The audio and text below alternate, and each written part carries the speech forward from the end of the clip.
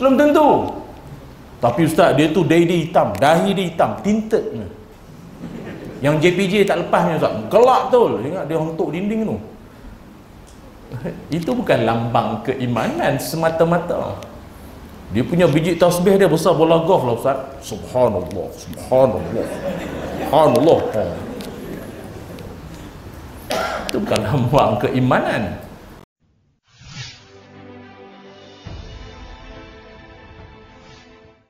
Muslimin muslimat yang dirahmati Allah sekalian, malam ini dengan tajuk yang telah diberikan pada saya, iaitu pengorbanan dalam hijrah. Hijrah dalam pengorbanan. Balik kau rasa mana pengorbanan dalam hijrah? Amboi, mana tadi ya tajuk saya pun bertukar-tukar dah saya. Oh ya, pengorbanan dalam hijrah. Dalam Quran Allah Subhanahu wa taala ada berfirman, iaitu kata Allah, a'udzubillahi minasyaitonirrajim, alladzina amanu wa hajaru wa jahadu fi sabilillah bi amwalihim wa anfusihim a'zamu darajatan 'indallah wa ulaika humul faizun. Sadaqallahul azim. Kata Allah, surah At-Taubah ayat 20 kalau tak silap, nanti semak balik. Kata Allah, orang-orang yang beriman, berhijrah dan berjihad di jalan Allah dengan hartanya, malah jiwa raganya, itu lebih tinggi darjat di sisi Allah.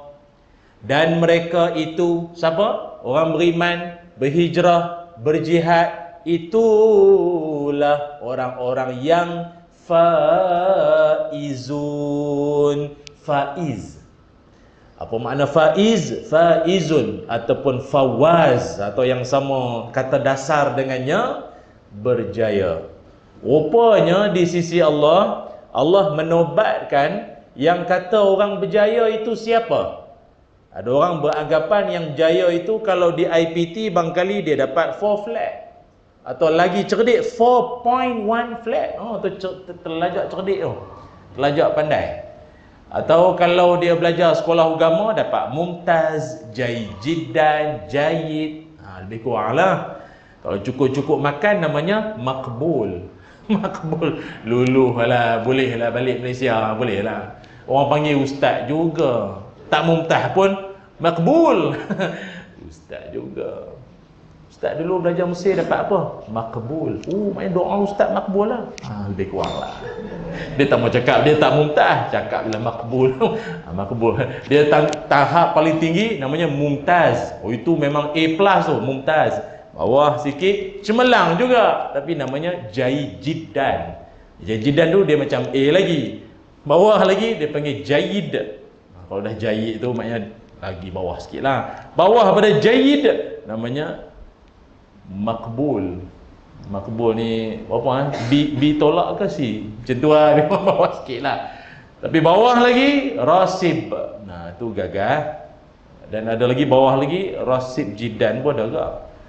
Gagal yang teruk sangat, yang kau ni tak baca Quran, buku tak study langsung, tidur manjang kismeh sebiji pun tak pernah makan ke apa ni, kelas tak belajar langsung, doa tak pernah, sembahyang hajat tak pernah, kau ni belajar ke tak? Kau tak ada kau belajar mana ni? Tu bangkalilah dhaif jiddan, dhaif pula tu. Tak faham tak apalah.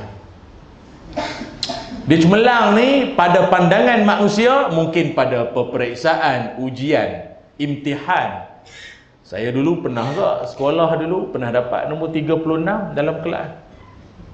Ayah tanya, habis jiran dah riuh, anak semua dah bagi tahu nombor 2, nombor 3, nombor 10, nombor 8, nombor 7 dalam kelas. Ailah, senyap kan. Biasalah kalau cemerlang kan riuh. Kalau dah senyap tu sendiri mau ingat, tak berapa nak cemerlang lah, senyap. Berapa hari ya, sampai ayah kena tanya lah. Kalau cemerlang tak payah tanya, dia bagi tahu depan pagar lagi, bagi tahu dah ayah. Berapa lah dapat apa? Nombor 36. Banyak. Ayah kita punya respon banyak. Dalam kelas ada berapa orang? Dalam kelas ada 42 orang. Okey lah. Okey. Macu tak macu ayah kita. Maknanya kalau dalam kelas tu ada 42 orang, kira kau ni boleh lah ada bawah lagi. Ada yang bawah lagi. Tapi kalau dalam kelas tu dah lah 36 dan kau mendapat 36. Oh, memang terkorban lepas pada tu. TV semua lempar sungai jawabnya. Jadi itu manusia punya pandangan. Arwah ayah saya pun ambil penting juga peperiksaan anak-anak dia, tapi dia tak berapa lah nak marah-marah sangat. Buat macam mana? Tuition dah hantar, buku dah baca, doa dah doa, kismih bukan 7 biji lagi dah, 7 kotak lagi dah. Cirik keluar kismih dah ni. Nak buat macam mana? Saya tak faham tu mak bapak yang jenis. Mana apa kau ni belajar apa kau ni mengambilkan boreh. Kau tak makan beras makan apa? Kau bukan nyarap makan roti. Beras lah habis. Marah anak buat macam mana? Kau mak belajar tengok. Marah anak kau ni belajar apa? Kenapa orang ni boleh manding orang macam lah kita cerdik sangat dulu. Janganlah macam tu. Anak dah buat kan, nak buat macam mana? Tu yang terjun bangunan tu. Bunuh diri, kecewa dengan mak bapak macam tu. Dah. Kejayaan di sisi Allah dalam Quran ada 3. Pertama, beriman. Orang tu dia ada iman. Orang ada iman dalam hidup, dalam jiwa dia. Kata Allah, itulah orang berjaya.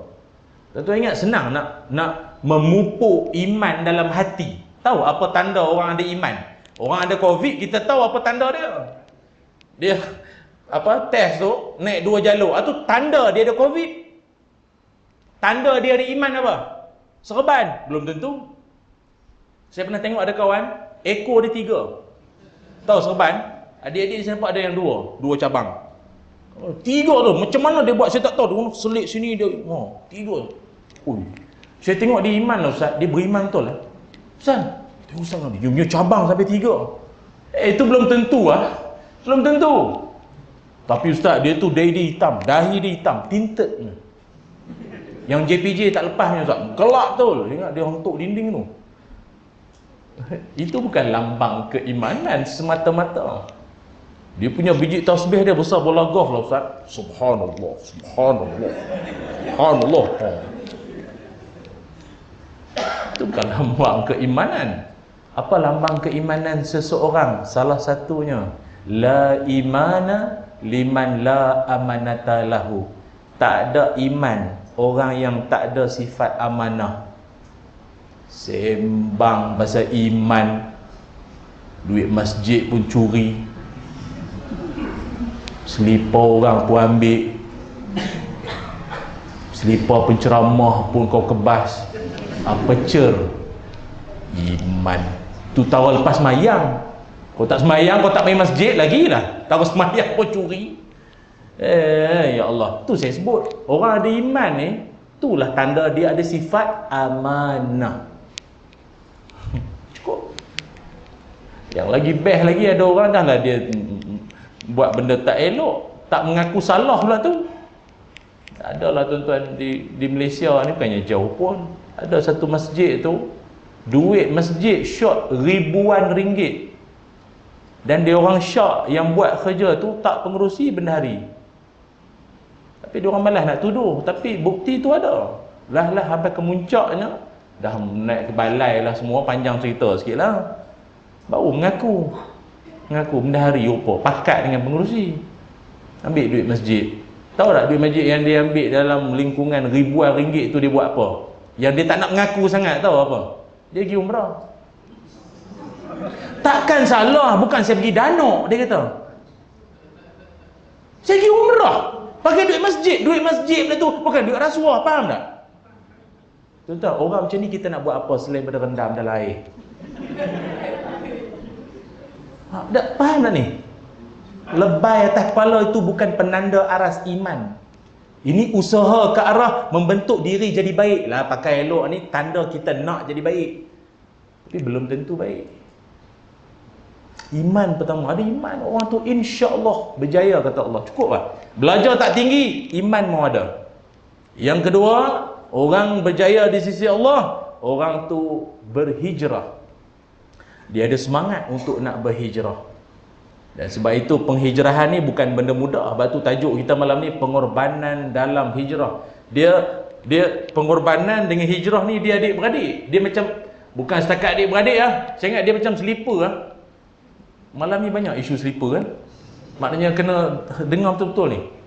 Dia macam selipar. Hilang satu, satu lagi tak ada makna. Tuan-tuan takdir kok hilang sebelah. Tuan-tuan lah, saya tak, insyaAllah tak lah. Hilang sebelah, ada orang pakai lagi sebelah. Tak sihat kan?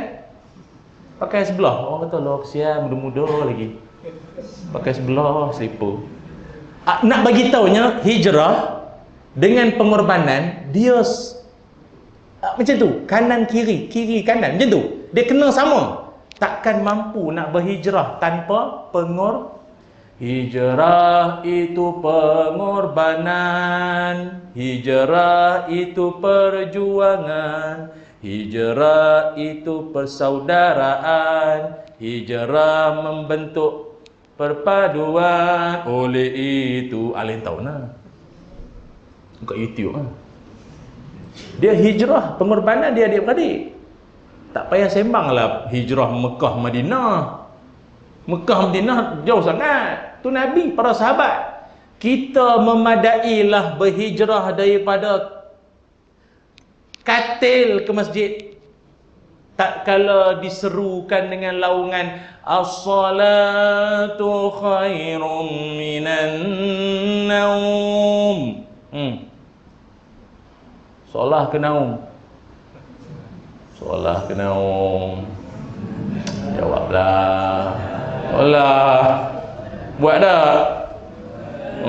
Dulu. Solah ke naum, dia kalau ditanya apa makna pengorbanan?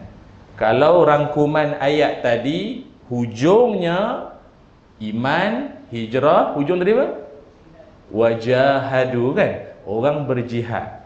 So jihad ini dikaitkan dengan apa? Pengorbanan lah. Apa makna pengorbanan? Dengar baik-baik, dengar molek. Pengorbanan ni maknanya buat sesuatu yang nafsu tak suka, tapi Allah suka. Itulah pengorbanan. Betul tak? Sebab saya tengok ada orang memberikan maksud pengorbanan yang tak tepat. Sampai ke hari dekat-dekat nak tunang dah, putus. Saya dah lama berkorban untuk awak.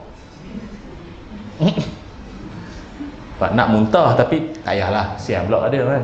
Kan tak boleh move on pula. Pengorbanan yang sejati adalah mengutamakan perintah Allah, mengenepikan kehendak diri atau nafsu. Tu pengorbanan. Macam laungan azan tadi kan, as-salatu khairum minan naum. Yang Allah suka apa? Solah ke naum? Solah. Yang nafsu suka naum, turu. Tidur. Alon-alon kelakon turu. Semangat opok urung Suka tidur lah, nafsunya lek lu baru azan, belum qomat. Allahu akbar, asyhadu la ilaha illallah. Tak boleh. Baru qomat, belum sembahyang ni. Allahu akbar. Sembahyang dah. Pagi Jumaat, sujud sejadah. Panjang untuk imam baca tu. Relax lu. Allahu akbar, tu baru sujud. Belum tahiyat akhir. Allahu akbar, at-tahiyat. Tahiyat dah. Esok ada lagi subuh. Setan tu lah lama. Itulah dia. Tak setan nafsu tu Kalau tak setan tak nafsu engkau. Tu aja. Dia antara tiga Jadi relax Kehidupan kita ni rupanya, kalau yang diertikan dengan pengorbanan, itu maknanya mengutamakan apa yang Allah suka berbanding kehendak nafsu. Tu saja. Bila diserukan, tuan-tuan semua, tahun ni kita punya korban satu bahagian RM750. RM750 untuk satu bahagian. Contohlah, 750 satu bahagian.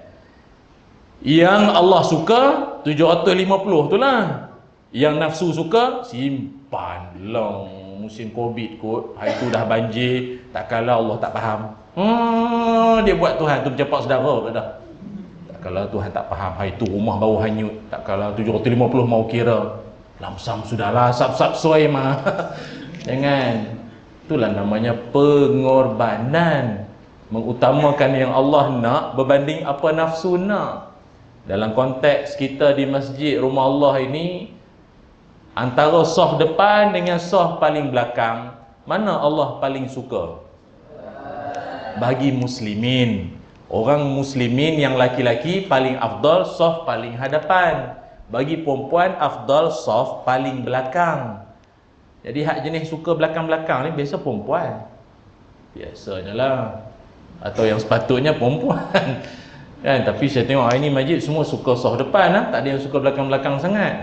Tu kena ingat tu. Jadi tak payahlah cerita jauh-jauh sangat. Oh hijrah. Marilah berhijrah.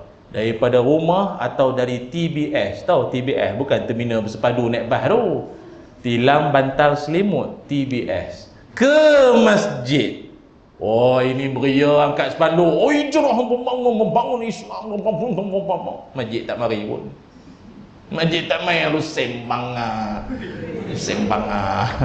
Tak pun dah mai masjid, bagus. Suka pula sah belakang. Berhijrah ke sah depan tu bila? Dah 44 hijrah dah ni. Daripada 1400 tahun dulu duduk gitu, duduk belakang, tak mari-mari ke depan. Bila nak hijrah? Biasalah, dalam penghijrahan kan pengorbanan. Apa pengorbanan? Menadah telinga, cakap-cakap belakang. Biasa kita kan duduk belakang, ahlu tiang. Tahu ahlu tiang? Kita dan tiang tak boleh dipisahkan.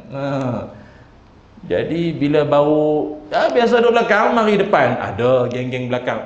Apa kawan kita? Dah left group Dia dah left group dia pergi group depan Biasa kan? Biasa petang-petang siram pokok bunga, basuh motor, seluar pendek. Mari 44 hijrah. Oh, awal dia yang bukakan kipas ni, aircon semua dia yang buka semua Awal masjid. Kawan-kawan kata, mana dia Waktu dengar kata dia pergi masjid dah. Oh bagus kawan kita. Oh Ali balik pula salam, pakat cium tangan dia. Allah ni ahli syurga. Orang menganjing ni ramai. Yang menganjing ni ramai. Allah. Oh rasa macam syurga. Allah. Kawan yang baru pergi masjid jangan buat teruk, relax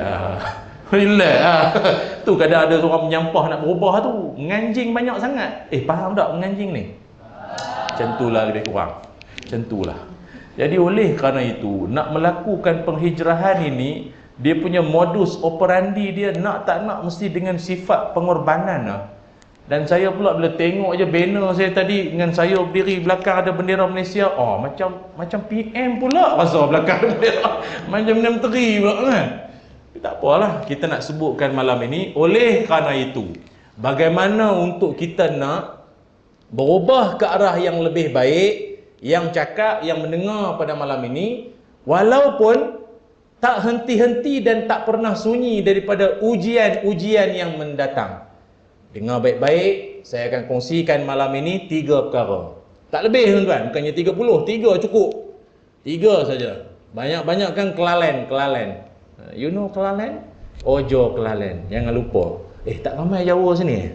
Syok sendiri pula saya. 3 perkara yang untuk kita nak berubah lebih baik dan ada cabaran dugaannya itu, peganglah elok-elok 3 perkara ini. Namun sebelum saya nak sebut 3 perkara itu, marilah kita istighfar, kita bertenang-tenang seketika untuk mungkin nak standby. Adik-adik kita ni mencatat daripada tadi saya tak tahu apa dia orang tulis. Daripada start saya beri salam dia tulis dah. Tulis ke lukis muka ustaz nah. Nanti tengok nanti saya nak tengok seorang-seorang dia. Boleh? Astaghfirullah Rabbal baraya, astaghfirullah khataya, astaghfirullah Rabbal baraya, astaghfirullah minal khataaya Rabbi zidni ilman nafi'a wa wafiq li amalan maqbula wa wahab li rizqan wasi'a wa tub alayya taubatan nasuha وتوب علي توبة نصوحا أستغفر الله رب البرايا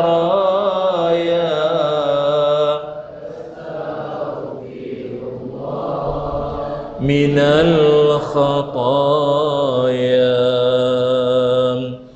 Allahumma salli ala Sayyidina Muhammad wa ala ali Sayyidina Muhammad. Yang pertama, pengorbanan dalam melakukan ketaatan, atau pengorbanan dalam melakukan ketaatan ataupun amal-amal soleh. Apa? Susah sangat ke nak buat benda baik, nak buat amal soleh ni susah sangat ke Ustaz? Apa yang nak kena disebutkan tu nombor satu? Sabar. Dengar dulu. Yang kata susah hanya nak buat benda baik, yang kata payah dan dugaan dan penuh cabaran nak buat benda baik ini bukannya saya. Nabi sallallahu alaihi wasallam dalam hadis, Nabi menyebutkan huffatil jannatu bil makarih wa huffatin nar bisyahawat.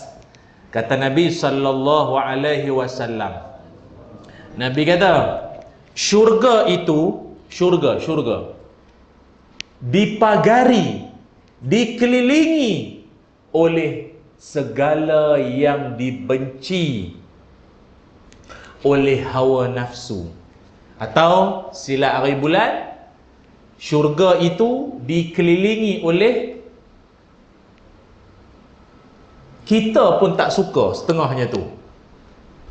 Kita tu bukanlah orang yang beramal soleh, orang hidup fasik, munafik, jahat, iman tak ada ni, itulah tu. Jalan nak ke syurga itu Nabi sendiri akui payah. Wa huffatin nar bisyahawat. Tetapi neraka dikelilingi atau laluan akses pintunya itu adalah terbentang dengan kesenangan dan disukai oleh nafsu. Bagi orang yang hidupnya beriman, berpegang Al-Quran dan Sunnah ni, dia akan dapat kenal pasti, ya, betul. Nak ke syurga memang payah. Ya, bangun awal pagi, subuh, ada masalah, bangun tengah malam, nadah tangan, doa, meniti air mata. Mari dugaan, kena sabar, kena hentam, kena kutuk dengan orang, kena redha, serah pada Allah, Allah lebih tahu. Tak kala kita buat benda baik, kalau itu juga kena dihempap, ditimpa, di macam-macam kena. Waktu itu kita diajar supaya wabasyiris sabirin, suruh sabar. Payah tak nak pergi syurga? Yang akan akui bahawa nak ke syurga tu payah hanyalah orang-orang beriman saja. Orang tak ada iman, dia kata syurga senang lah. Senang lah. Kau maki orang, kau mencarut, kau laki ke, kau perempuan ke, lebih kurang punya pakai, nanti taubat. Takkan Tuhan tak ampun. Senang lah syurga ni. Tu cakap bahasa orang tak ada iman. Pernah jumpa kot? Pernah jumpa? Tak apa nak angguk, tak apalah. Orang ada iman, dia akan menyedari nak ke syurga tu payah.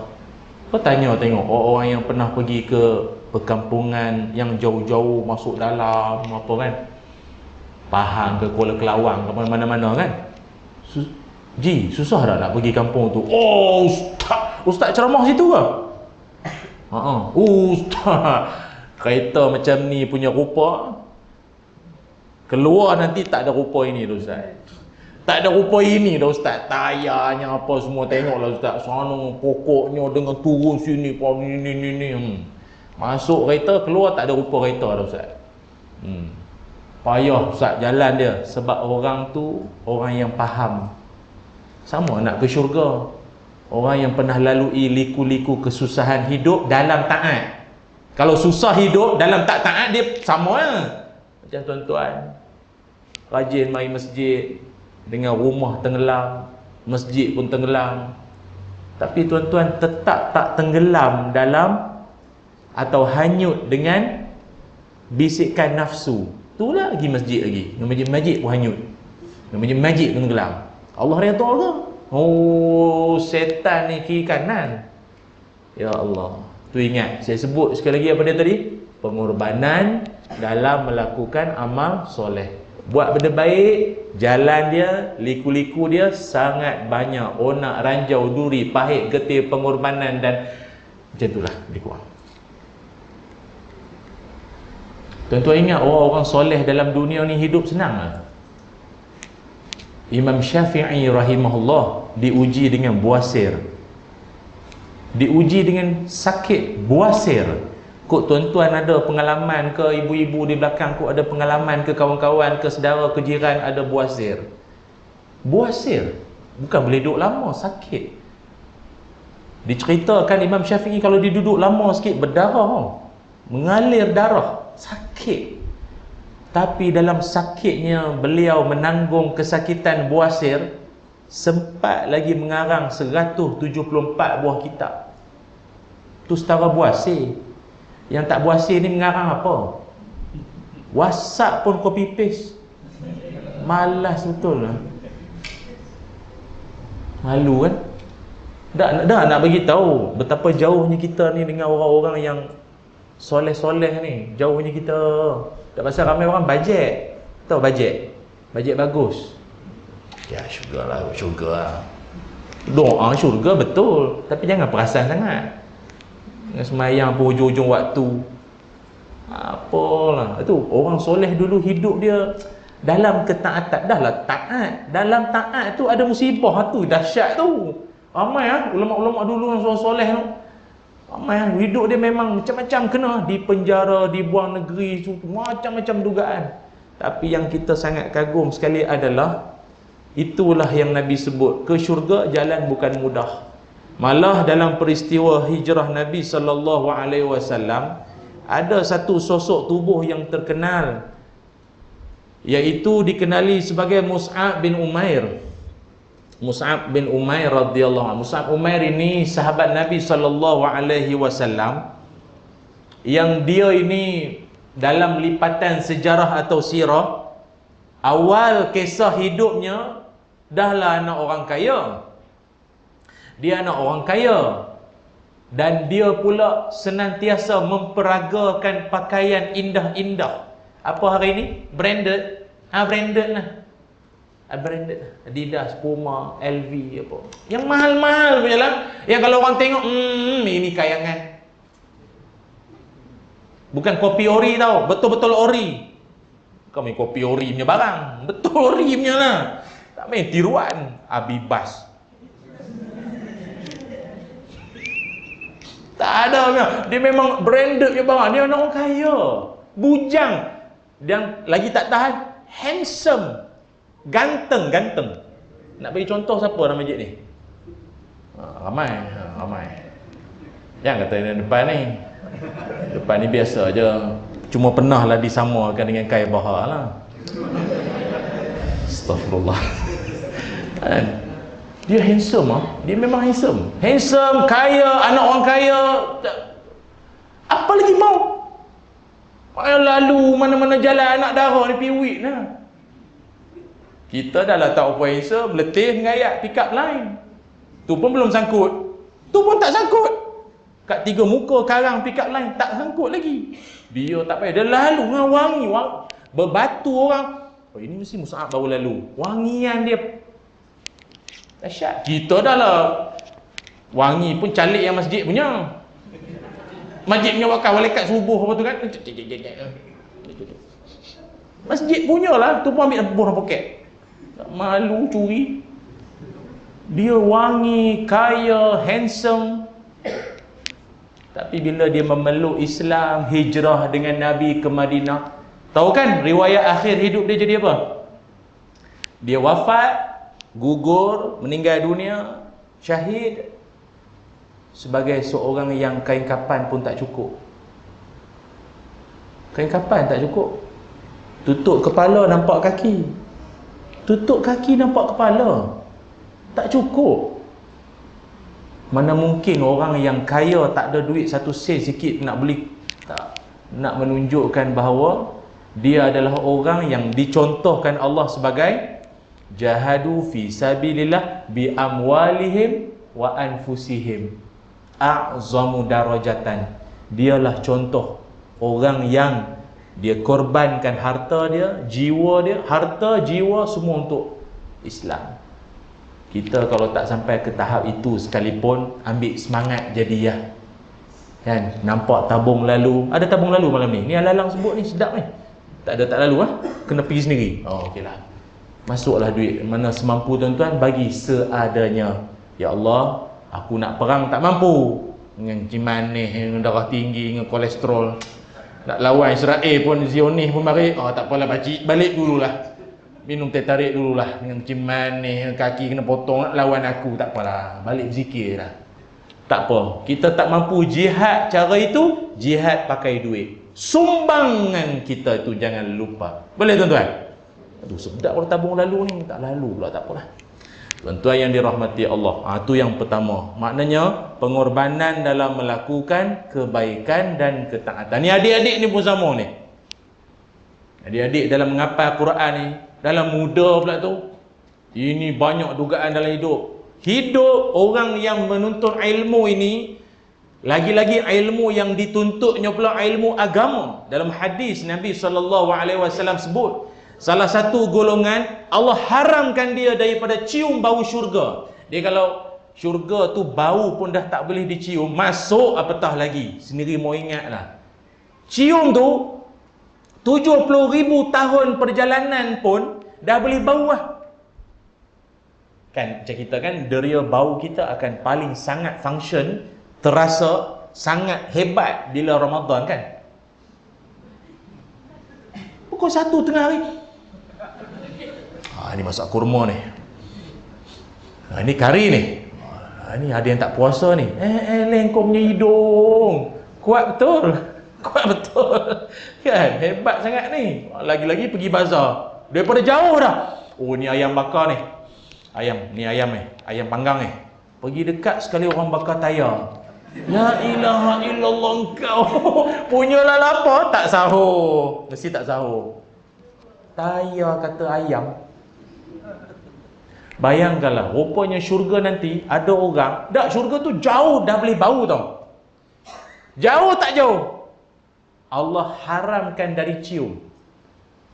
Habis kita kan lalu kedai biskut apa, Famous Amos ke apa tu, kedai biskut yang kan dia kata apa, free smell. Mesti tak tahu ni. Tuan-tuan makan biskut timbang ke apa ni? Famous Amos tu biskut yang wangi tu. Dia tulis tu free smell. Maknanya bau free. Tak payah bayar. Ada kedai tadi bau kan? Sini. RM1. Tu bau sebelah hidung, sebelah lagi RM2. Syurga bau pun Allah tak bagi tau. Kita ada orang buat perangai macam tu tau. Dia masuk kedai apa, Guardian lah apa, dia check. Tester. Dia bukan nak beli pun, nak beli mahal. Aku ambil yang tester lah, check. Pernah buat dah. Kenapa kuat sangat giling? Saya tak suruh mengaku pun. Ke terasa Allah Ta'ala haramkan. Free pun tak boleh. Syurga tak boleh. Siapa? Seorang yang menuntut ilmu. Lagi-lagi yang ilmu yang dituntut tu pula ilmu yang sepatutnya diniatkan kerana Allah, ilmu agama. Tetapi dia niatkan kerana dunia, kerana keduniaan. Maka orang ini diharamkan Allah daripada cium syurga. Yang main-main tu, tuan-tuan adik-adik yang menuntut ilmu ni jangan duk niat-niat macam-macam. Kalau belajar agama ngapal Quran pun jadi hafiz nantilah. Mesti orang panggil jadi imam, ceramah. Lepas tu mesti ramai perempuan-perempuan minat.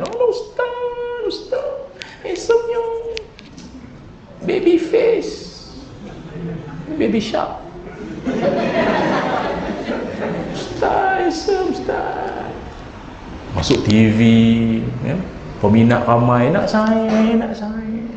Nakkan itu haram bau syurga.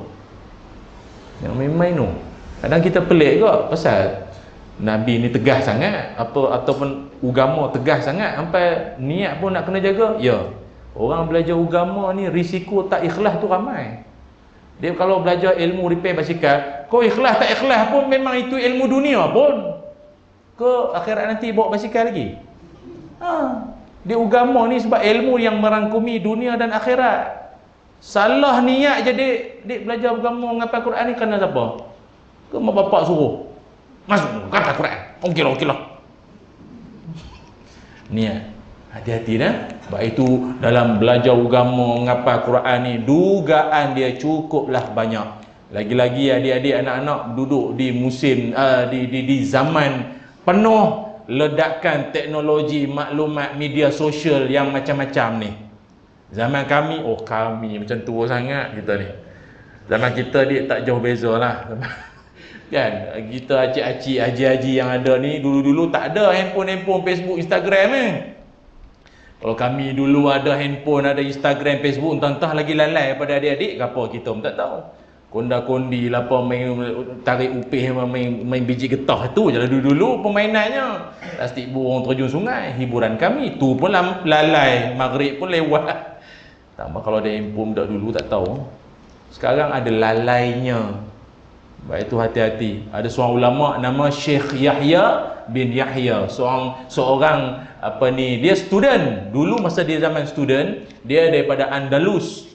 Dia mari belajar dengan gurunya di mana? Di Baghdad, di Iraq kalau tak silap, wallahu a'lam lah. Kita tengok balik. Masa dia belajar dengan guru di Madinah. Di Madinah. Masa dia tengah belajar dengan guru dia, ni Syekh Yahya tu lah. Dia duduk dalam kelas, guru dia mengajar. Tiba-tiba ada gajah lalu. Bukan Adi Putra, gajah, faham tak? Gajah lalu. Jadi gajah ni barang rare. Unta sama kambing sama itu keldai, himar, itu biasa. Tepi rumah pun banyak, unta banyak. Tapi gajah ni barang rare. Dia benda tak biasa nampak. Afrika, India itu lambat, Thailand itu lain. Ini gajah lalu. Budak-budak yang tengah tok guru duduk depan, tengah belajar. Gajah. Pakak nengok Maaf, kalau budak hari ni kalau sebut gajah tak heran sangat. YouTube pun ada. Lamborghini.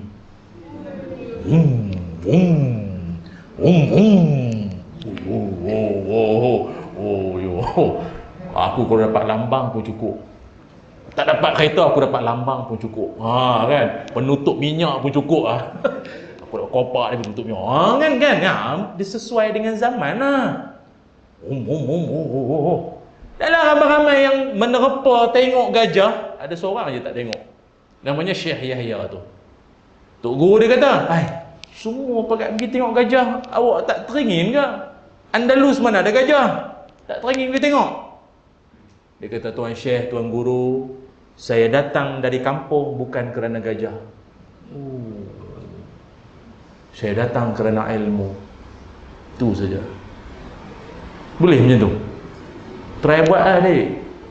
Sekali motor besar, bum. Kawan-kawan semua, wah.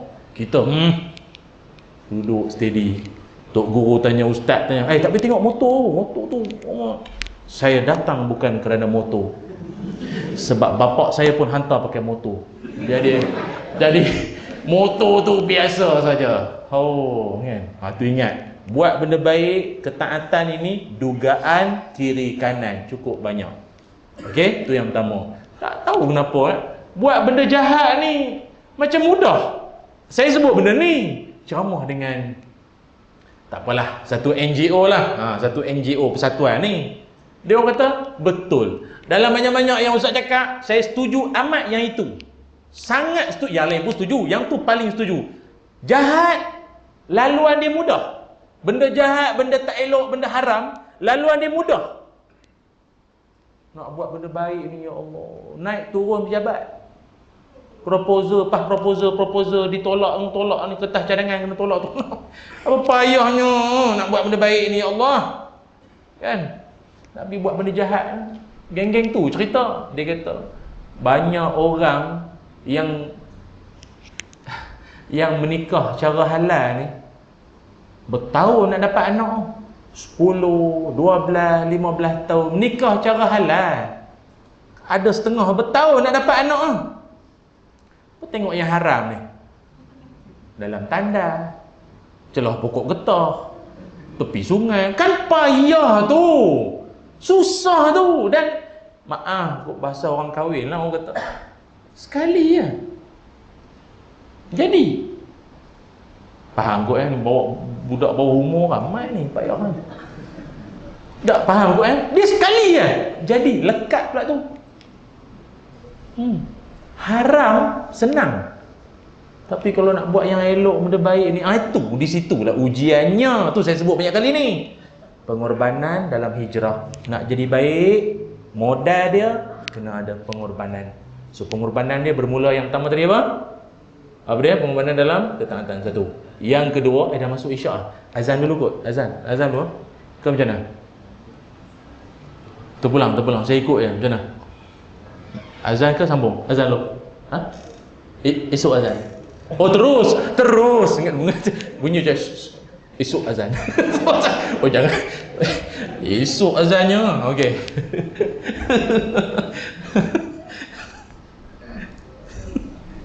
Allah salli ala Muhammad. Baik, itu yang pertama. Yang kedua, pengorbanan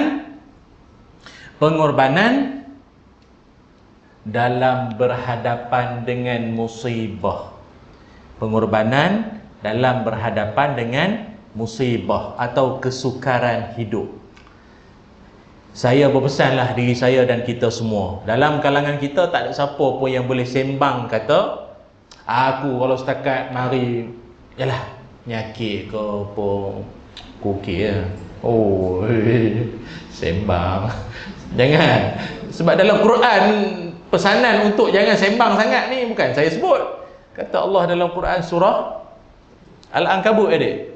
Ahasiban nasu an yutraku an yaqulu amanna wa hum la yuftanun. Jangan kamu mengira-ngira, menganggap bahawa kamu ni dah cukup beriman, sedangkan kamu belum lagi diuji. Yuftanun ya, yuftanun tu fi'il mudhari'. Orang belajar bahasa Arab ni benda yang fi'il mudhari' apa? Kalau orang putih grammar tu past tense yang lepas akan datang apa? Present tense. Future ambil lah semua sikit. Future dengan present lah, macam tu lah lebih kurang. Yang akan datang. Allah nak bagi tahu, kau jangan perasan beriman sangat. Kau ni memang insya-Allah nak kuat nak jangan sembang sangat. Pasal dugaan yang akan datang kau tak kena lagi. Tu maksudnya. Okey? Dugaan yang kau dah kena, tak apalah kau nak sembang. Kau dah kena. Oh, saya dulu jatuh lemah berapa kali. Okey, tu kau dah kena, boleh sembang. Benda yang kau sendiri belum kena, kau jangan cakap. Tak faham orang hulu langat, orang Seri Muda. Apa susah sangat? Bawa bertenang. Kau belum kena. Betul tak? Itu Allah nak beritahu kat kita. Relax. Kau jangan mulut jangan laju sangat. Kau belum kena lagi. Ahsiban nasu an yutraku an yaqulu amanna wa hum la yuftanu. Ayat tu memang tuan-tuanku ada anak-anak belajar bahasa Arab boleh sebab dengan ayat tu. Seolah-olah Allah Taala ni nak sembang tentang macam tu. Macam orang yang datang menasihat kita, oh, jangan nak ni kan. Macam tu. Okey, baru faham. Tapi sebab tak faham kan, baca sampai menguat. Tu je lah. Ayat Quran tu lah. Apa dia kita sebut? Pengorbanan dalam berhadapan dengan musibah. Dan rupanya, siapa-siapa pun diuji dengan musibah, kepayahan, dugaan hidup ini, itu bukan satu penghinaan dari Allah. Untung daerah lain yang kena hulu langat paling teruk kali, yang di kampung Sungai Serai ni kena paling teruk. Agak Tuhan tak pandang kot kita ni apa. Jangan macam tu. Kadang ada orang dia terlalu low self esteem sangat, dia Tuhan tak sayang, dia dah semayang selama ni pun tak guna, nampak. Tarawih orang ni buat 8, kami je buat 20, 36 rakaat kadang tu. Tak ada moral pun, semangat buat.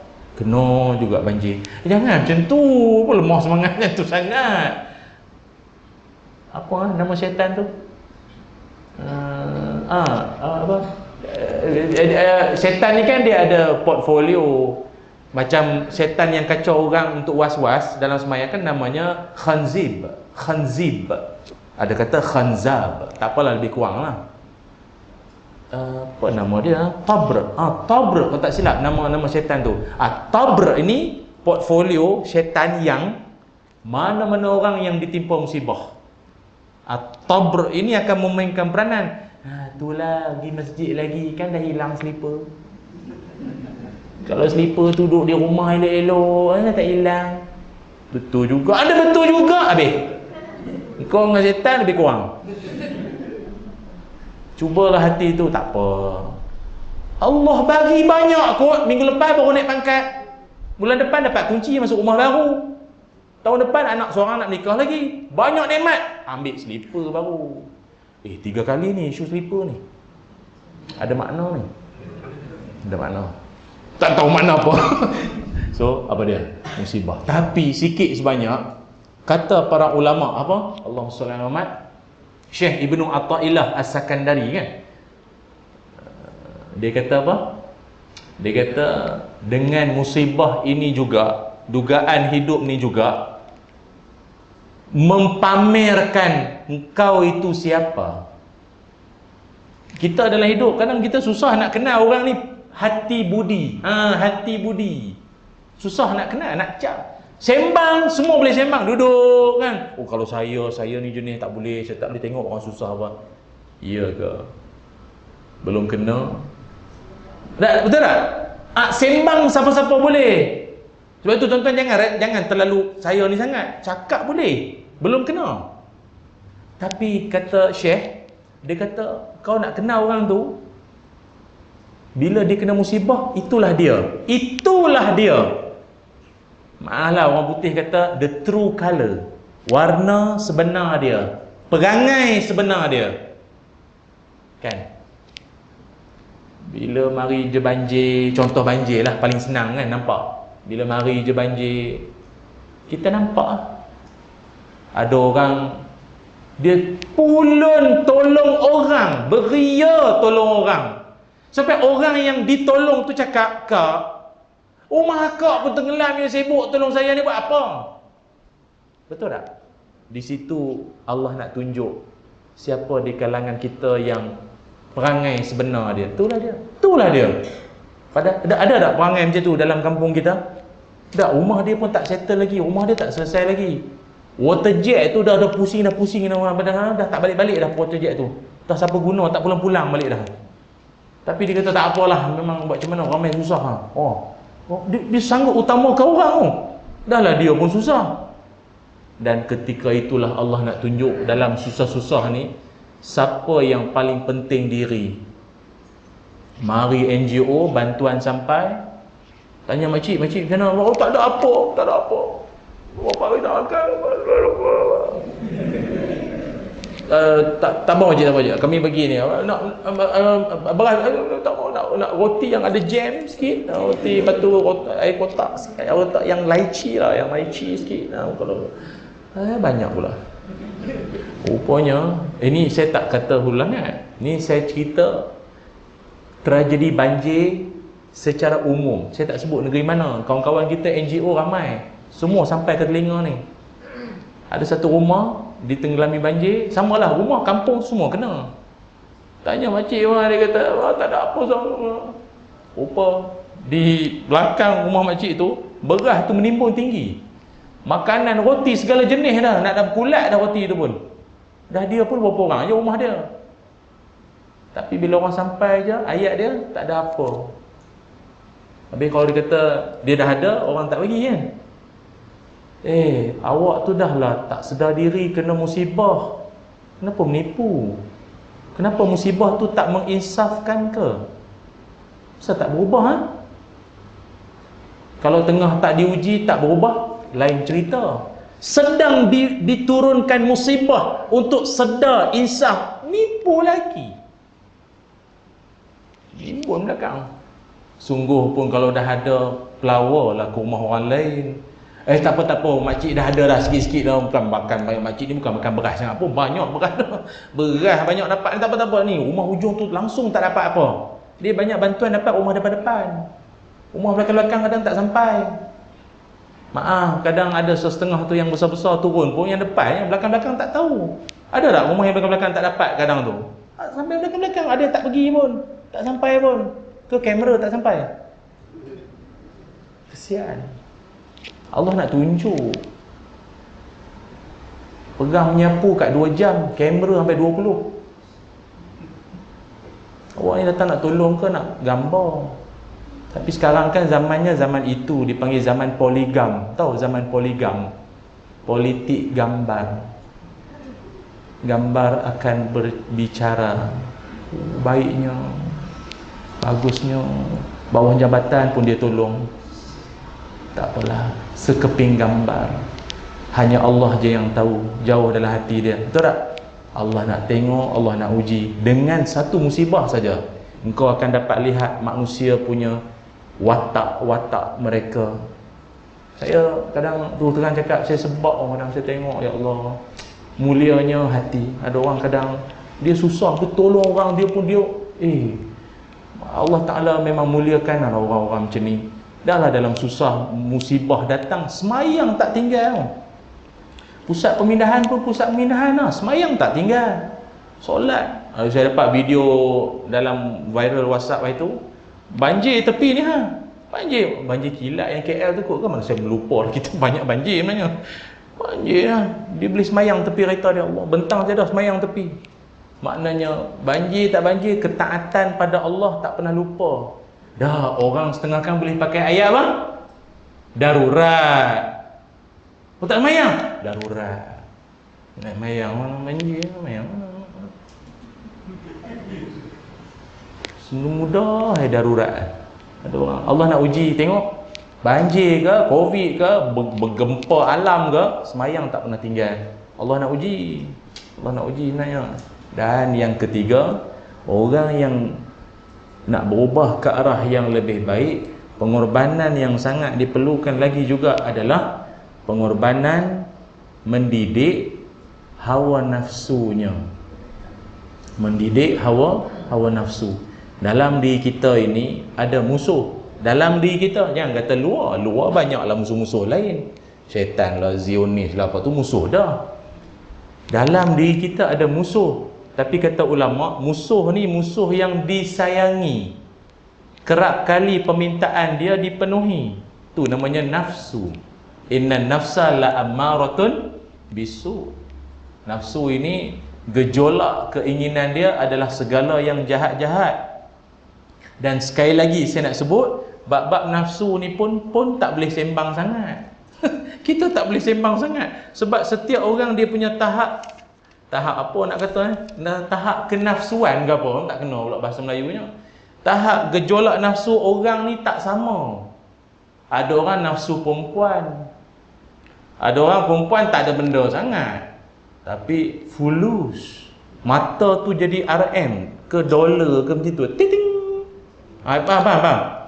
Baik dengan orang, tolong apa pun, hujung cerita dia kerana baik ada makna. Faham. Dia macam tu. Jadi kita tak boleh cakap dengan orang Dia itu memang tak boleh tahan nafsu. Tak apalah dia nafsu dengan perempuan. Engkau mungkin tak ke perempuan sangat, tapi engkau ke arah lain, nafsu nakkan pangkat, ada. Setiap orang ada masing-masing.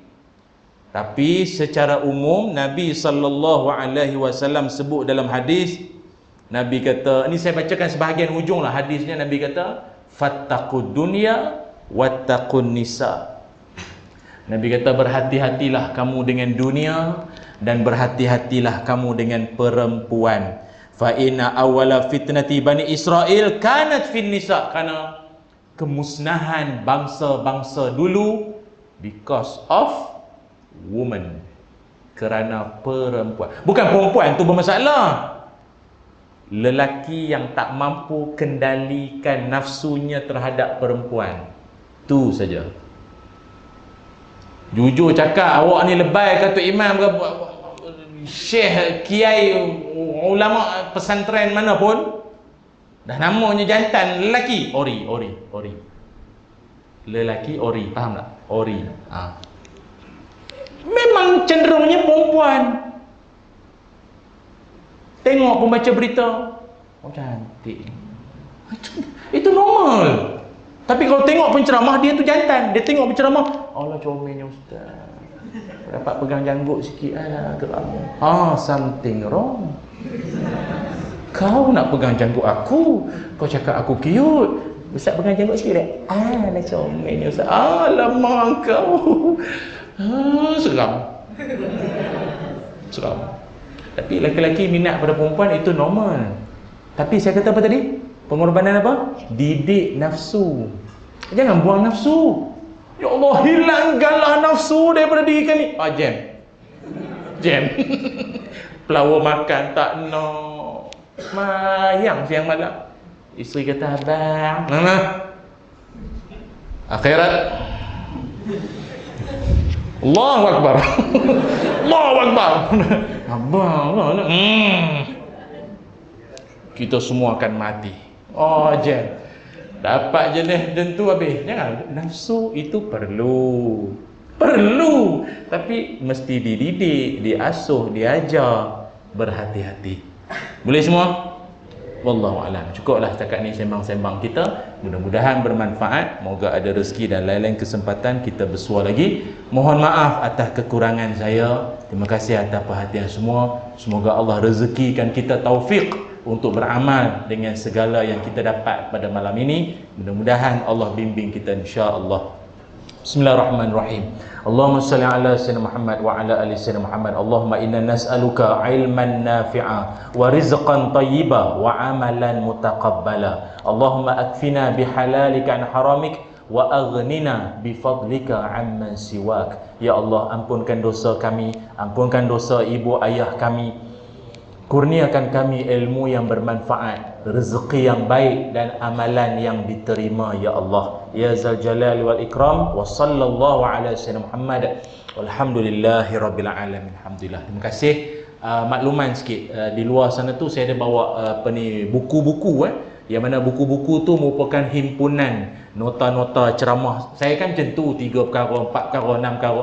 Jadi sebelum ni banyak atas nota-nota yang tak official secara rasmi. Kertas-kertas terbang-terbang macam tu. Lalah dibukukan. Jadi siapa yang berminat nak beli, ada di luar sana nanti insya-Allah. Yang terhimpun dalamnya lah beberapa poin-poin ceramah. Kutlah tuan-tuan adik-adik baca-baca nanti mula-mula satu nanti kau nak berceramah, pakai je lah model-model yang ada dalam tu. Ya, tak ambil persen akhirat nanti. Pahala je ya.